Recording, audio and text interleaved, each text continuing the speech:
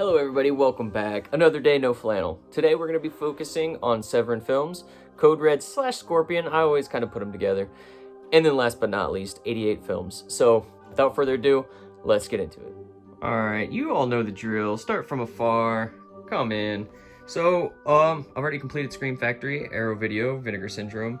Now today we're going to be focusing from, boop, right there, cut and run, all the way down to, whoop, there. So, without further ado, I say that a lot, I know, I'm annoying.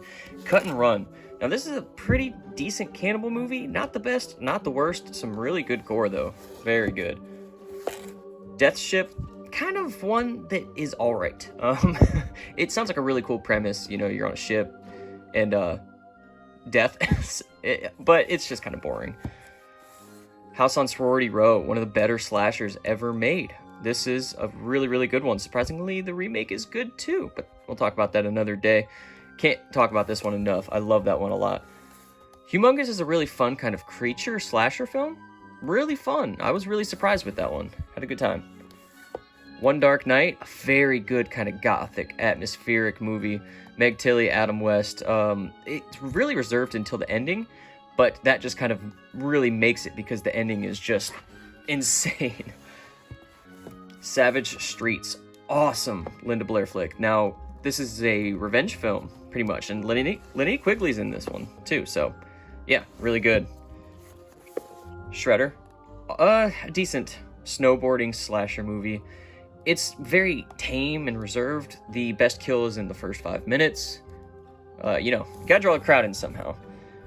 Silent Scream, a really slow kind of horror movie. I was expecting a lot to be going on, but it really doesn't. Spasms, a snake movie that is not great, not very good. It's got some really good effects, though. Just look at that, man. Come on now. Ridiculous. Tower of Evil. Now let's talk about this one real quick. Not a lot of people talk about this one. Fantastic movie. It's a very, very good film. 1972. It really has a lot of slasher kind of elements, and just can't talk about that one enough. It's very good. The kills are awesome. It's a really good time. Check that one out if you haven't. So those are all my slip covers. I had a couple more, but I sold them off just because I really wasn't feeling the movie. But yeah, so those obviously are a mixture of Code Red and Scorpion, and I kind of did that for these as well. They just, I don't know. Just the way I do things, all right? Leave me alone. The Boneyard, a pretty good movie. Not the best, far from the worst. Butcher Baker Nightmare Maker, I dislike this movie very much. I hear everyone talk it up, but it just really fell short for me. I mean, it's just nothing, I don't know, man, just not fun in my opinion. Deadly Dreams, a really fun movie. I like this one a lot. Very kind of unique. Check that one out. I'd recommend that one. Don't Go in the House. I was very surprised with this one, man. Very intense. Very creepy, too. Special effects are really awesome. The dead people in that movie really creep me out. Really good one.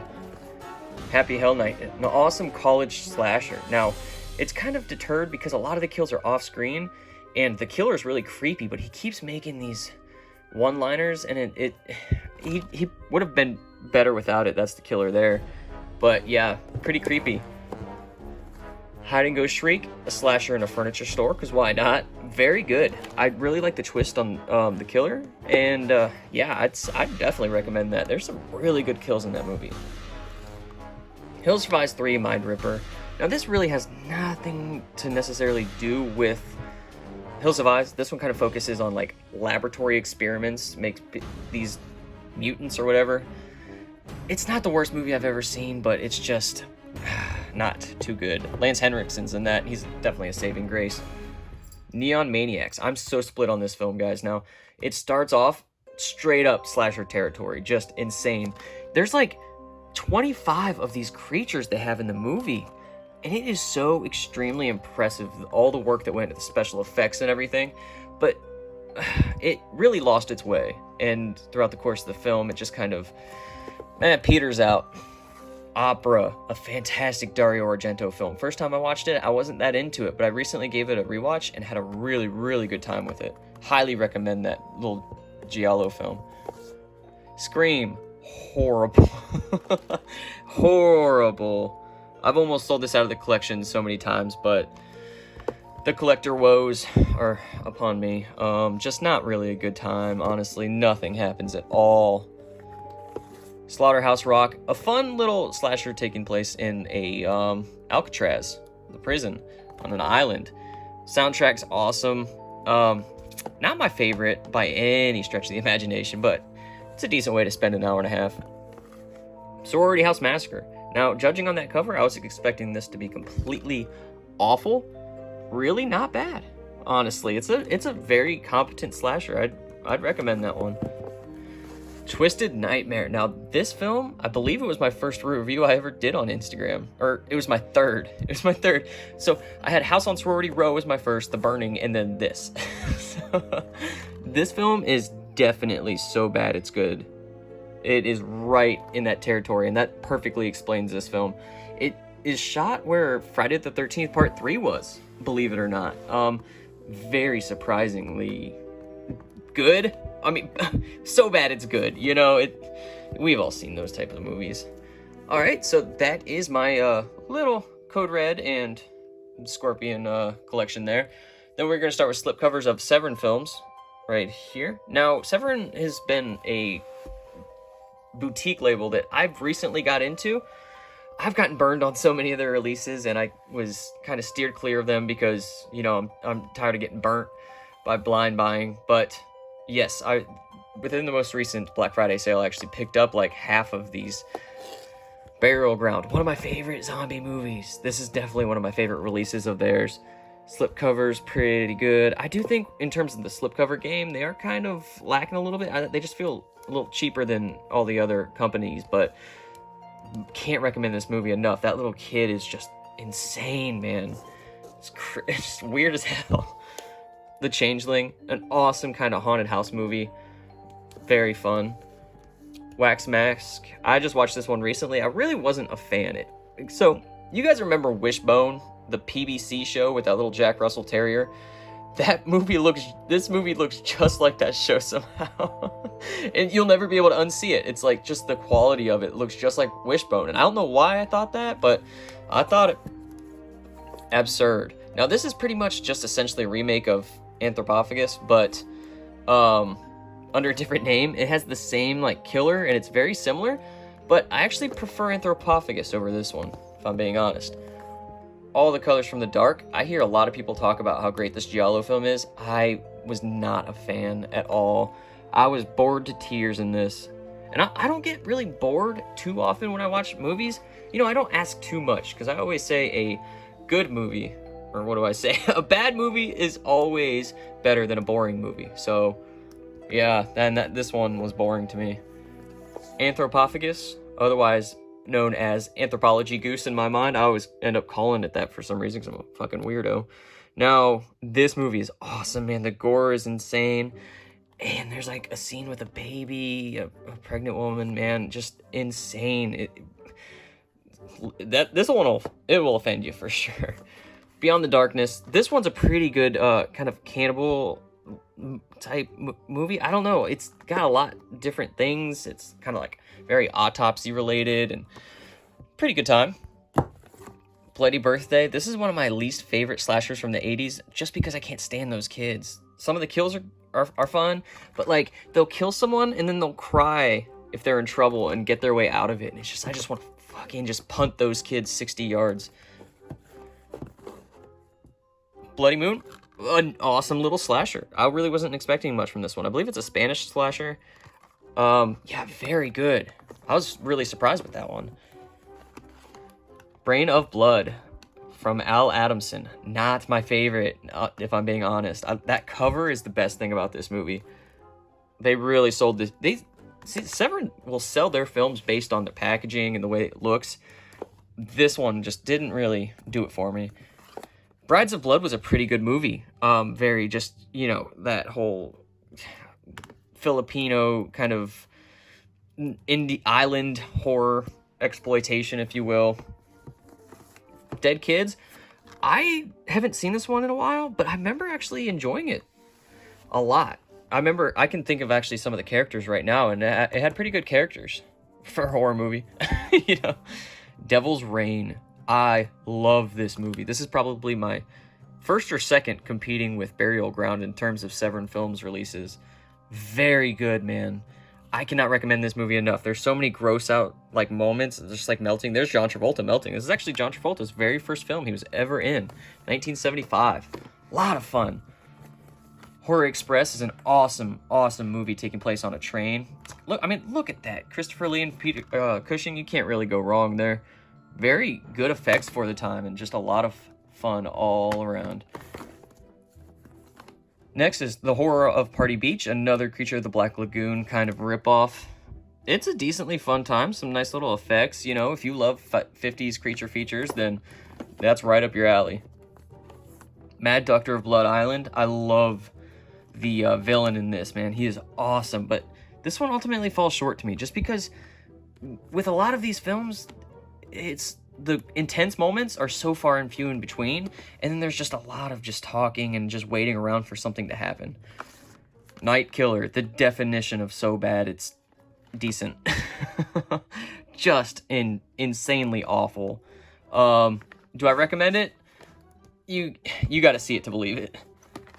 Paganini Horror, awesome soundtrack, really good movie. I actually enjoyed this one. Terror is a Man. Now this one I love. Very creepy and the effects are really awesome. I was very surprised by that one. Very good time. All right, down to the next level here. We have Wild Beasts, another one I was very surprised by. I really enjoyed this movie. A lot more than I thought I would. And I remember there's a scene in this where there's an it's about like killer animals. The water is poisoned and it makes the animals go crazy in the zoo and they escape. There's an elephant on the highway in this movie, and this guy's driving and he's like, elephant. It just like crashes into a building, and if my memory serves me right, it just explodes and I'm just like, what did I just watch? Zombie Holocaust, otherwise known as Dr. Butcher MD. Really, really cool. And it's actually really cool. This came with a little barf bag. I'm trying to open this up now for you guys down below. Yeah, look at little barf bag. Come on now. What a great piece of like advertisement. So cool. Now, next to these, I have these 4 Blue Underground editions. And if you're gonna ask me if I'm gonna upgrade to the 4K that Blue Underground just announced, hell no. It's such a moneymaker, man. Unless they get cheaper, I'll do it. But I'm not spending $40 after they just released these 4 films within a year of reprinting them like that. It's such a cash grab. It kind of really struck me in the wrong way. House by the Cemetery, and I love these editions, man. All these lenticular slips, these are beautiful. House by the Cemetery is a decent amount of fun. Definitely in my top 5 Fulci films, but it's much slower than some of his other films, but still a good time nonetheless. Maniac, awesome, man. Just brutal, grimy, grindhousey, just sleazy, sweaty Spinell. That's sweaty Spinell. The New York Ripper. If you thought slashers and or giallos should have a little bit more duck quacking, then this is definitely the film for you, because holy moly, guys, that's all the killer does is this, and it's just like squeaks his voice like a freaking duck. Horrible. It's not awful though. Zombie, absolute classic. I mean, you can't go wrong. Look at that. Absolutely beautiful. Zombie fights a shark. So if that's your thing, then by all means. I have some other Blue Undergrounds strewn about in the collection all around, but I don't know. These thicker spines, I think, just kind of look better together. All right, guys, and then I have the 88 Films Slasher Classics collection. Now, I did have most of them, actually, but I did sell a lot of them off because, obviously, I live in Ohio, and I have a region-free player, but I just think it's more convenient to have films in Region A. And a lot of these, they're from United Kingdom, so a lot of them are Region B. And I did upgrade. I know Vinegar Syndrome has a lot of their releases, and so I kind of got rid of these as I picked them up from other labels. So these are kind of what I'm left with, and these they do really good with these, as I'll talk about as we move on here. Graduation Day. Now, if you think this looks familiar, it's directly under Graduation Day from Vinegar Syndrome. Why do I have 2 copies, you may ask? This has a Scream Queen documentary on it with, look at all those names. Awesome. I'm just shaky, sorry about that. Next up is Mother's Day. I didn't upgrade this one because it's a lot of money. It's out of print in America. Not the hugest fan of this one, if I'm being honest. It's not awful. I will say that. Splatter University, awful, awful, awful. Now, Vinegar Syndrome just released this within the past year or so, and I'm not even gonna upgrade. It's just so cheap, and that's the thing. I love cheap horror films, guys. I love awful horror movies, but again, I love them when they're so bad they're good. This one just fell short in every way imaginable. It came out in '84 too, so right on the edge of kind of the slasher craze of the '80s, and it just feels so primitive. I don't know, just not a fan of that one. Hollywood Chainsaw Hookers, Gunnar Hansen. Man, just insane. Just ridiculous. Lenny Quigley as well. I'm saying her name every other film. You can tell I'm a fan. Nail Gun Massacre, a awful movie. A really bad movie. A guy's killed in this movie by getting his hands pinned on a tree. Like, with the nail gun, obviously. And it, like, kills him? I mean, I'm no doctor or scientist, but as far as, like, human living goes, I'm pretty sure that if you just getting something through your hands into a tree, it's not gonna, like, kill you. I don't know. Be that as it may or may not be. X-Ray. This is a nice little, kind of hospital slasher movie. Not the best, obviously, but definitely worth owning in the collection. And that cover is just beautiful. Has a Playboy bunny in it, Barbie Benson. How many slashers movies can say that, you know? The Boogeyman.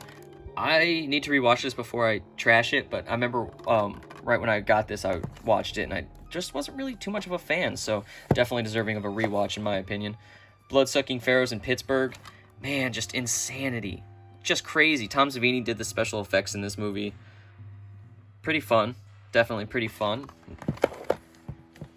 Nightmares in a Damaged Brain. I believe this one was a video nasty, and this one was released by another company. I believe Code Red maybe, or Scorpion or something like that. Again, out of print, too much money. I'm more than happy to own this edition of it. Scarecrows. Now, this one is pretty fun. Some bank robbers or robbers have a plane and they end up in kind of the middle of the nowhere, and these scarecrows pick them off. Pretty fun time. I own the Sleepaway Camp 2 and 3 on this edition as opposed to the Scream Factories because they are way too expensive. I love these movies, but not that much. This is kind of the wrap cover version that's on the other side. Sleepaway Camp 2 is awesome. Sleepaway Camp 3 is okay. You know, it does the job. Scalps. Now, speaking of cheap movies, holy hell, guys, this one is super cheap. Drive-In Massacre, one of those films where massacre just really throws you off because you're expecting a lot to happen. There's one kill, and then it'll be 20 to 30 minutes of these detectives talking about it. It'll be another kill, and then 20 minutes of them talking about it. Man, not good pacing. Intruder. Yes. Okay. One of my favorite slashers of all time. Killer in a Supermarket. Just can't go wrong. I love this movie so much, and I actually own the Synapse release too, but I stuck around with this one because it has a Slice and Dice slasher film forever documentary. Full-length featured documentary. Awesome. Return to Horror High. Maureen McCormick and George Clooney. Awesome. I like this one a lot. Good time. It's just cheesy as hell, but it's a fun time. Just Before Dawn. I was going to pick up the Code Red version, but I don't know, man. I just love that cover. It's really awesome. And this one's region free, too, so if you can get your hands on this one. I think this is out of print now, too, but man, Just Before Dawn is very primitive feeling slasher. It was released in '81, but it feels a little older than that. It's a little slower, but the score and the whistling in it throughout makes it very serious. It's a very serious slasher. Toolbox Murders, a very giallo feeling slasher film. Fun time, good one. Sweet 16, a slasher that's slower, definitely slower. It has Dana Kimmel, who is in Friday the 13th Part 3. Offerings is definitely a movie I need to rewatch as well. I watched it and I wasn't the biggest fan of it. So yeah. Bad Dreams, it's a decent enough slasher. It is a definite ripoff of Friday. I mean, I keep trying to talk about Friday the 13th Part 3. Nightmare on Elm Street Part 3. Dream Warriors. Has the same girl, Jennifer Rubin. She's actually the lead in this. Her right there. Now this one, this is good, man. It's a sleeper hit for sure. I really do enjoy that one. All right, guys. So one more shelf down. We just went through over all of those, and you'll see me in a second. All right, guys. Thank you for coming back and checking out this video. It means a lot to me. Make sure you subscribe if you want to check out some more of my collection updates. I'll be hitting up the 4Ks pretty soon, and then everything else, just all my catalog titles and everything. So that's going to be a long video. Grab your popcorn for that one. Check me out on Instagram at SlashinCaptain. I like to post slasher film reviews with fun facts and kill counts. I also post collection updates there. I also have a podcast at It's a Horror Podcast if you want to check me talk horror with one of my best buddies. But yeah, guys, that's it. Stay tuned for the next one. Later.